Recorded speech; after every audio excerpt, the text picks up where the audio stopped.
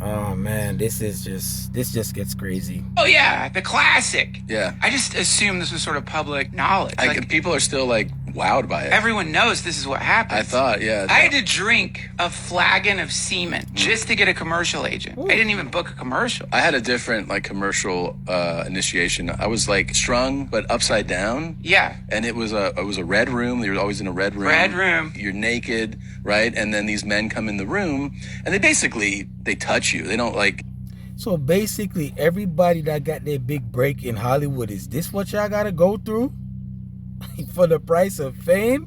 Woo.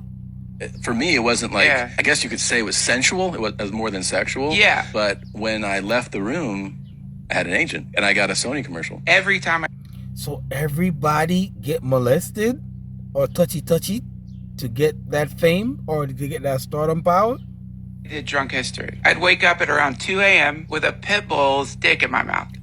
When it climaxed, it would go back out the window. That morning, I get a So for him to have this show and get his big break, he had to do it with a dog?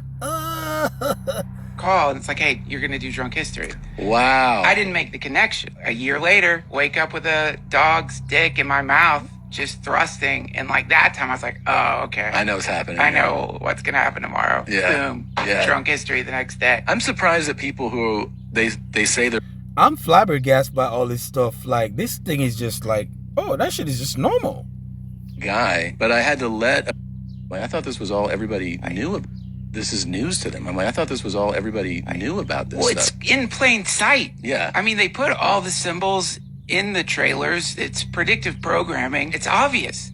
It's right there. I mean, the kingdom of Lucifer. So yeah, if you want that big break, this is what you gotta go through. You gotta get ran through, and they gotta perform a couple of things on you, and they gotta. If this was what Hollywood is, I'm okay with the fame stuff, because this is a lot. But this is the price of fame. You want fame, you gotta get stuff done to you, and it's obscure stuff, and people are okay with it. You know, they say all this stuff is driven by people.